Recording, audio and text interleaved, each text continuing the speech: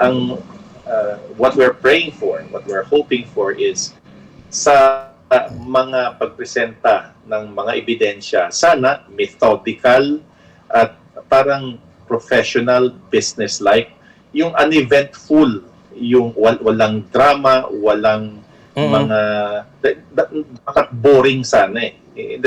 If you have been put to court to a point na nagprepresenta sila ng ebidensya, talagang kung minsan yung ebidensya na pinipresenta mo na talagang makakonsider mo na bombshell, pero taliwas doon sa demeanor ng mga lawyers na nandun.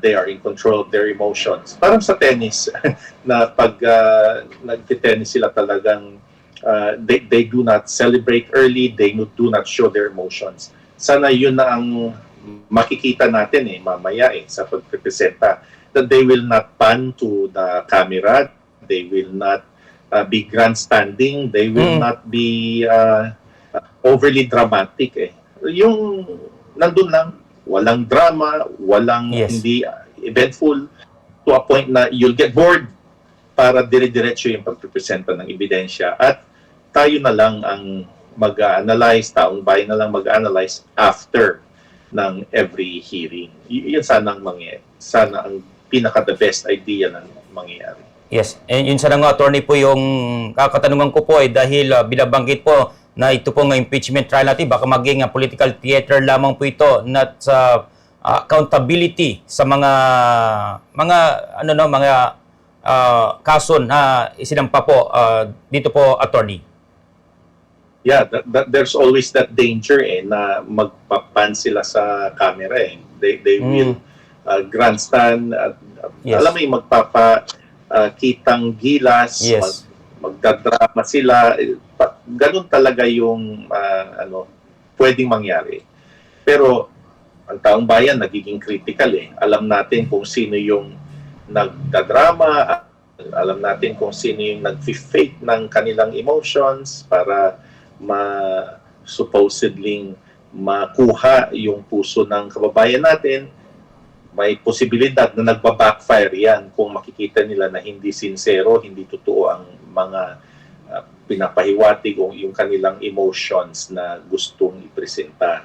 That's why nagiging critical ang taong bayan kung ano yung nakikita nila sa impeachment trial. As I've said, sana maging uneventful, walang drama, nakikita lang natin yung ebidensya para makakapag-evaluate tayo kung malakas talaga yung ebidensya para makapag-convict kay VP Sara or makakapag-acquit sa kanya.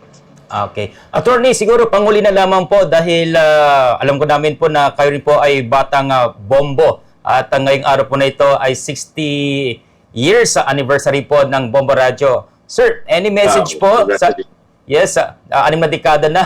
At any message po sa ate pong himpilan or ano po bang naging contribution po sa inyo pong palagay po with not only Bombo Radio, kundi the buong Bombo Radio Philippines po, attorney?